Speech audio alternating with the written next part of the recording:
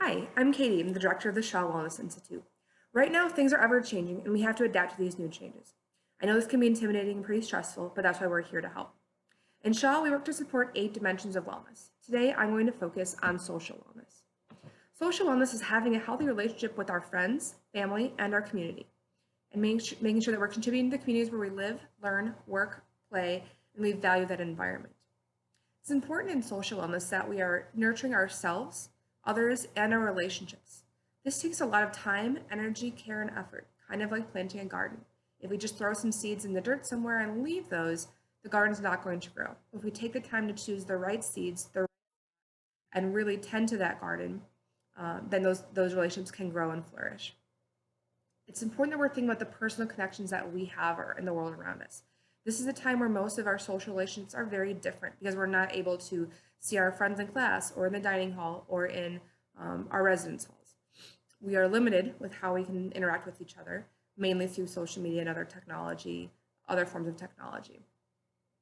So this is why it's even more important than usual that we're able to be a good support system and have a good support system in our lives. So when thinking about your support system, your social circle, ask yourself some questions. Can I be myself around these people? Do I need to put on a fake front or pretend to be someone that I'm not? Are my interactions negative or are they full of conflicts? Do I come away from social interactions feeling exhausted or excited and enthusiastic? If you feel that most of your social interactions are negative, that you're fighting, that you're feeling exhausted, that it's taking a very large strain on your life, they may not be the best social interactions or social connections for you. Are you making others feel cared for? And are you feeling cared for by others? Are you doing what you can to help your community? Does your support system build you up or tear you down? It's important that we have good people in our lives that we can turn to that can be honest with us. But if someone's always putting you down or criticizing you, that's not really a good support system for you. It's important to make sure that you are filling that role as well. Are you being a good support system? Are you making people feel cared for? Are you helping people leave interactions with you feeling excited and enthusiastic? Are you being that support system for somebody else? When interacting with others, it's really important that you're trying to be patient, compassionate, and understanding.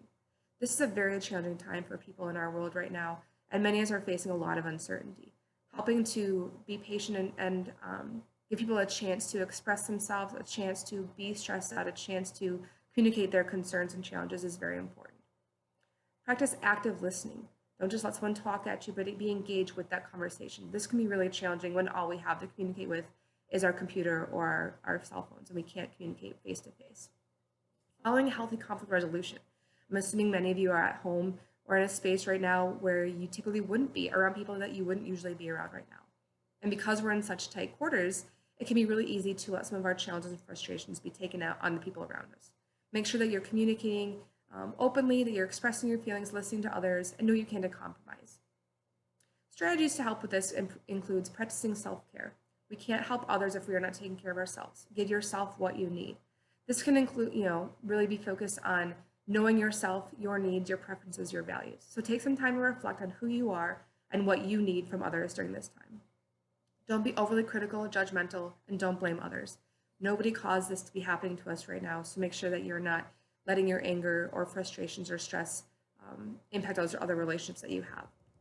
Own up to your own part. Make sure that you communicate using I statements. Again, don't blame, but take some stock in your role in your social connections right now. Maintain or rebuild friendships with people who are respectful, positive, reciprocal, and supportive in those relationships. This is a really great time to reconnect with people who you may not talk to on a regular basis. And it might be a really good way to kind of reevaluate or re-gauge who is important to you and who is there for you. In this time where we're all very distant, very separate, recognizing who you're reaching out to and who is reaching out to you to check up on you can really help to show the strength of those social connections. Maybe there's someone that you used to talk to every day on campus, but you haven't heard from them since you've left. That may give you a sign that either A, they're really struggling and you should reach out to them, or B, maybe they're not that great social support system that you thought they were. Appreciate yourself and others. If you're taking the time to reach out and check on somebody, or if they're doing that for you, acknowledge that and be grateful. Don't flake out on your commitments. We recognize this is a tough time for everybody, but if you are setting up Zoom meetings or FaceTime meetings, make sure that you're sticking to those. And if you can't stick to those, let the person know that you're not just bailing on them.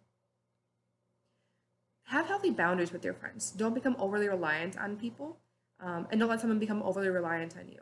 Make sure that you are able to take care of yourself and you can provide your friends with what they need while within the boundaries of what you're able to give. Join groups on social networking sites. Join an online support group. Find people out there who have similar interests and hobbies as you do. Plan a lunch date. Plan a spa day, an at-home spa day, where you can do something that is taking care of yourself while still connecting via social media or via technology with your friends. There are also quite a few health benefits with staying connected with other people. We recognize that the risk of isolation can lead to lower stress management strategies, lower self-esteem, risk of increase in smoking, high blood pressure, obesity, lower cardiovascular disease, and higher blood pressure. This all happens if you feel isolated, you feel you have no one that you can turn to. Having those strong social connections can help to combat some of those challenges and concerns. People who are socially isolated often have a higher rate of illness and a higher rate of chronic disease. While we are all physically isolated right now, make sure you're not letting those social relationships go by the wayside. Reach out, call a friend, text a friend, make sure that you're taking care of yourself and taking care of those that you care about in your social groups as well as in your community.